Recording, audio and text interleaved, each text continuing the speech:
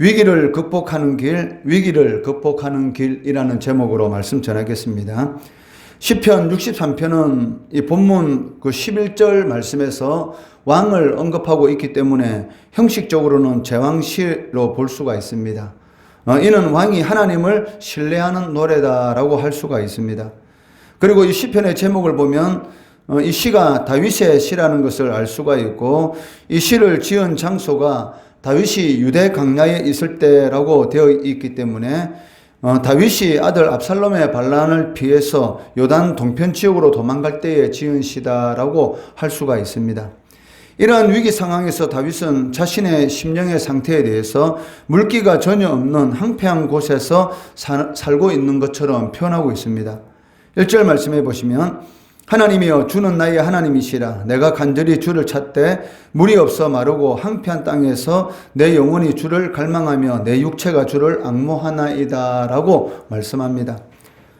그렇지만 황폐한 땅에도 비가 내리면 이 비옥하게 될 수가 있습니다. 마찬가지로 다윗은 자신의 메마른 심령도 하나님께서 단비를 내려주시면 갈증이 해소될 수 있다라는 것을 고백하고 있다는 것입니다. 그렇기 때문에 내 영혼이 주를 갈망한다 라고 고백하는 것을 볼 수가 있습니다. 이러한 고백은 2절 말씀에서 확실하게 나타나고 있는데, 내가 주의 권능과 영광을 보기 위하여 이와 같이 성소에서 주를 바라보았나이다 라고 말씀합니다. 여기 성소는 이 장소를 가리키는 것이 아니고 하나님의 임재를 상징하고 있습니다. 다윗은 주님의 영광 가운데 자신에게 나타나 주시기를 간절히 사모하고 있다는 것입니다. 그 이유가 무엇입니까? 바로 주님의 인자하심이 생명보다 소중하기 때문입니다. 3절 말씀해 보시면, 주의 인자하심이 생명보다 나음으로 내 입술이 주를 찬양할 것이다 라고 고백합니다. 주님의 인자하심, 하나님의 백성을 사랑하는 하나님의 그 마음, 이것을 인자하심이라고 표현하고 있는데, 하나님께서는 하나님의 백성을 얼마나 사랑하십니까? 하나님의 독생자 예수 그리스도를 십자가에 못 박혀 죽이실 만큼 우리들을 사랑하신다는 것이죠.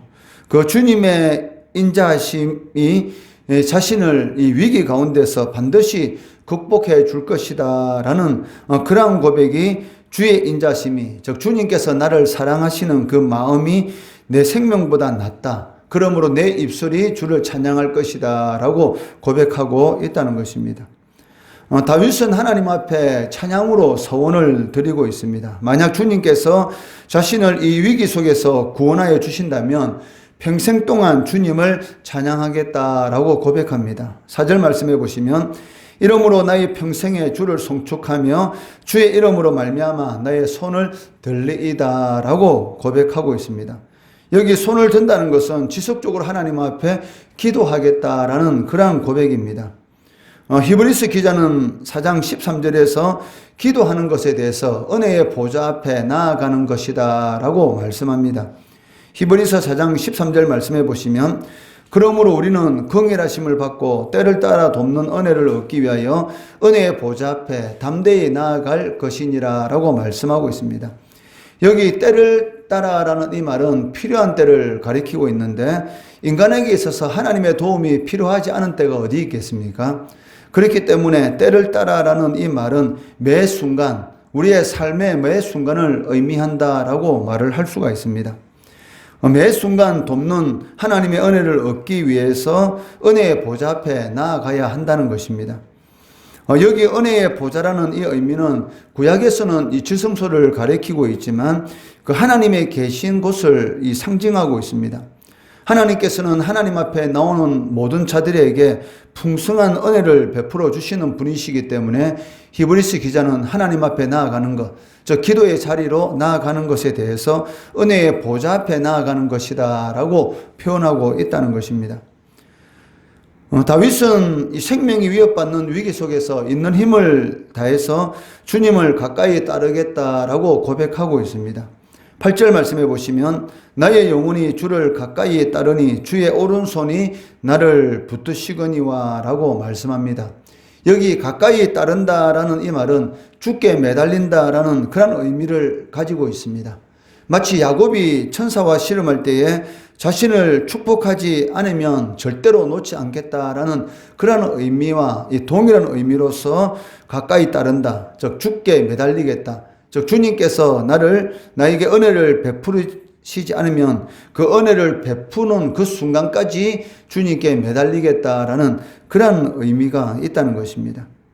이러한 다윗의 결연하는 기도, 응답해 주시지 않으면 절대로 주님을 놓지 않겠다는 이러한 결연하는 기도는 마침내 이 자신의 마음속에 어떠한 이 확신으로 다가서는 것을 볼 수가 있습니다.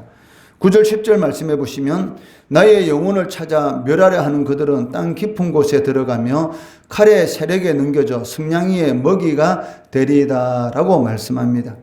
여기 9절에 찾아와 들어가며라는 이 단어는 현재 지속되는 그런 동작을 나타내기 때문에 악인들이 다윗을 찾아서 죽이려고 하는 이런 악행들이 계속되면 계속될수록 다윗의 이 구렁텅이에 그들이 이 파멸의 구렁텅이에 점점 더 빠져 들어가서 결국 멸망할 수밖에 없다는 것이죠. 다윗의 이러한 확신은 결국 실현되었습니다. 반란의 주역이라고 할 수 있는 그 책사인 이 아이도벨, 그 자신에게 여러 가지 지혜로운 조언하던 이 아이도벨이 자신을 배신하고 이 압살롬에게 붙어서 자신의 이 반역의 이 선봉에 서게 되는데, 이런 책사인 아이도벨이 어떻습니까? 자신의 계략이 이 압살롬에게 받아들이지 않는 것을 보고 고향에 내려가서 스스로 목숨을 끊는 그런 비참한 이 죽음을 당하게 되었고, 반역의 주동자인 압살롬 또한 전쟁터에서 비참한 죽음을 맞이하게 되었던 것입니다. 이 다윗의 이러한 확신, 하나님께서 반드시 자신을 구원해 주시고 자신의 원수들은 이 칼의 세력에 넘겨져서 승냥이의 먹이가 될 것이다. 즉 비참한 이 죽음을 당하게 될 것이다 라는 이런 확신은 하나님의 인자하심, 그리고 하나님의 공의, 하나님께서는 공의의 하나님이시고 악을 행하는 자들에게는 반드시 이 징계하신다라는 그런 하나님의 공의에 대한 이 깊은 신뢰에서 비롯되었다라고 할 수가 있다는 것입니다. 우리의 삶 가운데 나타나는 이 위기를 극복하는 길은 먼 곳에 있는 것이 아닙니다. 이 인생의 광야의 길을 걸어갈 때에, 위기의 순간 때에 좋으신 하나님의 자녀들에게는 반드시 좋은 것을 주시는 그 하나님을 신뢰하고, 그리고 그 하나님 앞에 나와서 간절히 구한다면 반드시 하나님께서는 위기의 순간에 그 가운데서 건져주시고, 자신의 이 환경이 대적이 될 수도 있고 사람이 대적이 될 수도 있고 여러 가지 우리의 삶을 어렵게 만드는 그런 모든 것들을 이 대적이라고 말을 할 수가 있는데, 이 대적 가운데서 우리들을 구원해 주실 수 있다는 것입니다. 인생의 광야길에 있다면 하나님 은혜의 보좌 앞에 담대히 나와서 부르짖으시기 바랍니다. 그리고 매달리시기 바랍니다. 절대 하나님께서 나를 축복해 주시지 않으면, 나에게 은혜를 베풀어 주시지 않으면 놓지 않겠다라는 그런 마음으로 은혜의 보좌 앞에 나오면 반드시 회복시키시는 하나님의 은혜를 체험할 수 있다는 것이죠. 이런 은혜가 기도하는 이 시간 우리들에게 임할 수 있도록 하나님 은혜 베풀어 달라고 하나님 앞에 간절히 기도하는 귀한 시간 되기를 바랍니다.